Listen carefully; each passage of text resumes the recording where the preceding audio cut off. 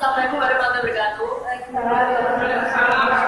wabarakatuh. Kami dari nomor 5 kelompok 2 akan mempresentasikan mengenai pemeriksaan fisik makanan. Sebelumnya kami memperkenalkan diri terlebih dahulu. Nama saya Ayu. Saya terwakili.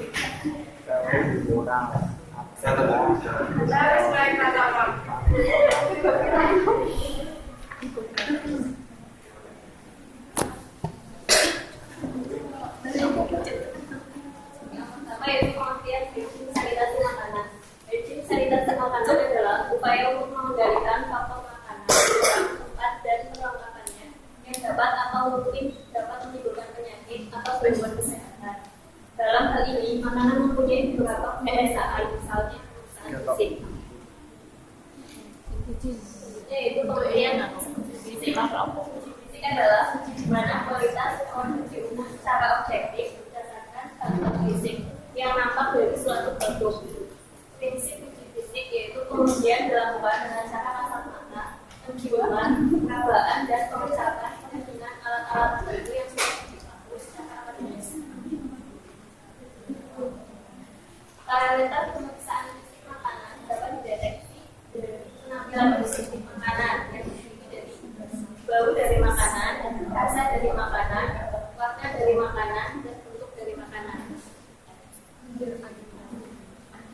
Selanjutnya peraturan pemeriksaan fisik makanan itu terdapat pada peraturan menteri kesehatan Republik Indonesia nomor 96/19/2019 tentang higien sanitasi jasa. Uji fisik dapat dilakukan menggunakan alat atau instrumen seperti spektrofotometer dan pulsel, planimeter, spektrometer, psikometer, instrumeter dan spektrometer, trigonometer dan hidrometer, gauge, manometer, alkalometer, dan sakarometer. Sifat umum dari makanan dan minuman yang pertama dari warna, yaitu menunjukkan ciri tertentu atau sifat lain yang berkaitan dengan bumbu suatu makanan atau minuman. Makanan atau minuman yang sudah mengalami perubahan warna menunjukkan penurunan kualitas. Warna berperan sebagai daya tarik, tanda pengenal, dan anti berburu. Sifat warna disebutkan oleh adanya sinar, sifat absorpsi, kondisi lingkungan, kondisi yang berbeda. Produk yang kualitasnya masih baik menunjukkan keseragaman warna seperti warna kuning pada pisang, warna merah pada apel, dan lain-lain. Yang kedua, bentuk. Padat atau cairnya suatu makanan atau minuman merupakan parameter dalam menilai kualitas makanan dan minuman tersebut. Sifat umum yang ketiga adalah bunga. Lalu sifat khusus dari makanan dan minuman yang pertama sifat fisik komoditas berkas berlaku untuk jenis atau kelompok komoditas tertentu, bisa menjadi ciri atau suatu komoditas, contohnya kembang hitam yang tahan sobek, teluran, dan ketipisan. Produk padat, halus kasar, kilat suram, bumbu licin, rata atau bergelombang. Produk cair atau minuman, titik bumbu susu segar, mendapat pada dasar 2, indeks refraksi sirup, dan titik bumbunya.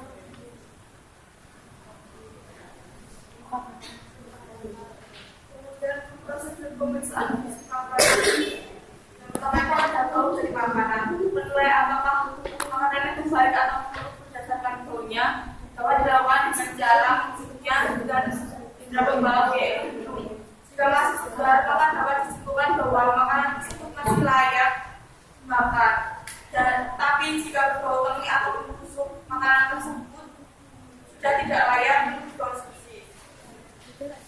Kemudian yang kedua, ukuran dari makanan. Nyatakan besaran materi seperti berat, volume, panjang, lebar, luas, diameter, dan tebal dari makanan itu. Ukuran berperan penting dalam kriteria klasifikasi mutu. Kemudian yang ketiga, warna dari makanan. Warna dari makanan itu sendiri, jika warnanya masih segar, dari makanan itu masih layak dimakan. Tapi jika mulai dibawa maka makanan itu dapat disimpulkan sudah mulai tidak layak dikonsumsi. Kemudian yang keempat ada bentuk dari makanan. Misalnya yang pertama padat seperti ubi, kue, roti, dan susu. Kemudian butiran seperti beras, jamu, dan kedelai. Kemudian kristal seperti gula pasir, garam, dan asam sitrat. kemudian tepung asam bubuk seperti tepung terigu, tepung tapioka, tepung maizena, kemudian cairan kental seperti margarin, susu kental, dan madu, dan cairan encer seperti sayur buah atau minuman. Lalu ada adonan seperti dodol misalnya, kemudian garam seperti daun tembakau, daun salam, ataupun daun ubi. Kemudian untuk menilai makanan itu kita memakai contoh seperti ikan. Dari ciri-ciri kita memakai ciri-cirinya. Jika ikan besar, dia mempunyai ciri-ciri. Yang pertama, warna kulitnya terang atau cerah. Yang kedua, daging ikan bila ditekan terasa keras, kerasnya di sini juga seperti kenyal. Jadi jika kamu dapat dipastikan ikan itu sudah mulai mengalami kesukaan. Kemudian karena dari ikan itu sendiri jernih dan menonjol keluar dan terlihat segar. Kemudian sisik ikan itu segar, masih kuat, kemudian melekat, mengkilap, kemudian sisik itu masih utuh dan tidak banyak yang lepas. Kemudian intan dari ikan itu berwarna merah, kemudian siripnya itu kuat. Terus yang terakhir ikan atau daging tersebut tidak mudah robek, terutama pada bagian perut dan tidak berbau busuk. Kemudian untuk tanda ikan yang sendiri yang pertama, mata ikan itu suram atau tenggelam. Kemudian yang kedua, sisinya mulai berwarna suram dan tidak lepas. Yang ketiga, warna kulit dari ikan tersebut mulai suram dan terdapat lendir yang cukup tebal. Kemudian yang keempat, hitam berwarna kelambu dan lendir yang tebal. Yang kelima, perut ikan mulai lembek. Terus yang terakhir, warna keseluruhan dari ikan itu suram dan baunya mulai hancur. Oke, untuk contoh makanan yang kedua yaitu sayur. Untuk memilih sayuran yang berkualitas, perlu diperhatikan penampilan fisik sayuran yang terjual. Berikut Anda dapat memperhatikan beberapa kriteria dalam memilih sayuran. Yang pertama, sayuran daun. Daun dipilih yang berwarna cerah, tidak kusam, dan belum menguning. Kemudian daun tidak sobek dan beruban.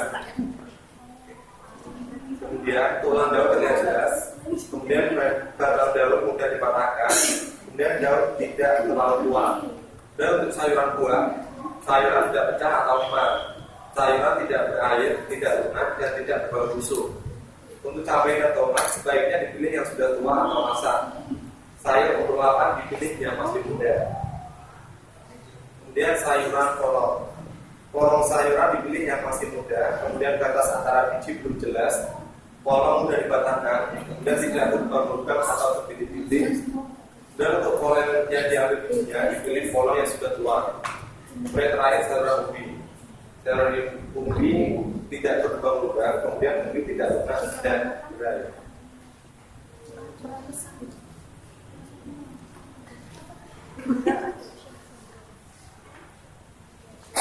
Nah, berikut adalah kelebihan dan kekurangan dari ujung ini. Yang pertama, kelebihan memiliki relevansi yang tinggi dengan mutu produk. Dan kelebihan yang kedua, metode ini cukup mudah dan cepat untuk dilakukan.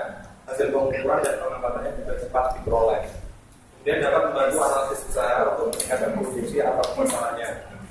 Kemudian untuk kekurangan sendiri, keterbatasan akibat kapasitas baru tidak dapat disignifikan. Kemudian objektif alat atau instrumen harus dapat dilakukan selalu terkalibrasi untuk dengan menjamin keakuratan menggunakan alat-alat dan kecepatan hasil alat yang sederhana. Kemudian dapat menjadi pula salah komunikasi antara penulis dan analis.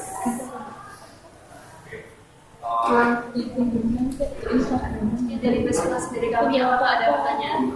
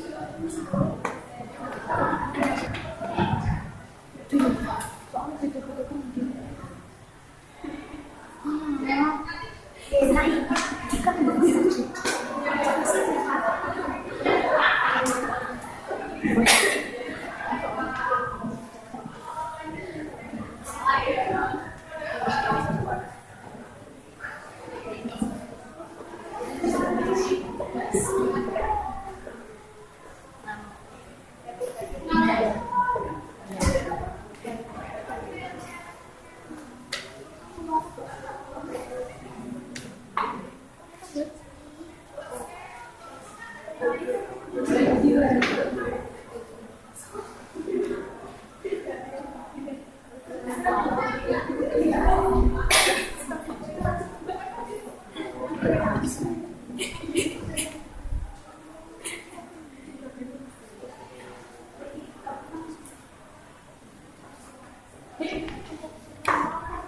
itu adalah video pemerintah Kota Jambi itu melakukan uji fisik makanan di pasar-pasar yang ada di Kota Jambi.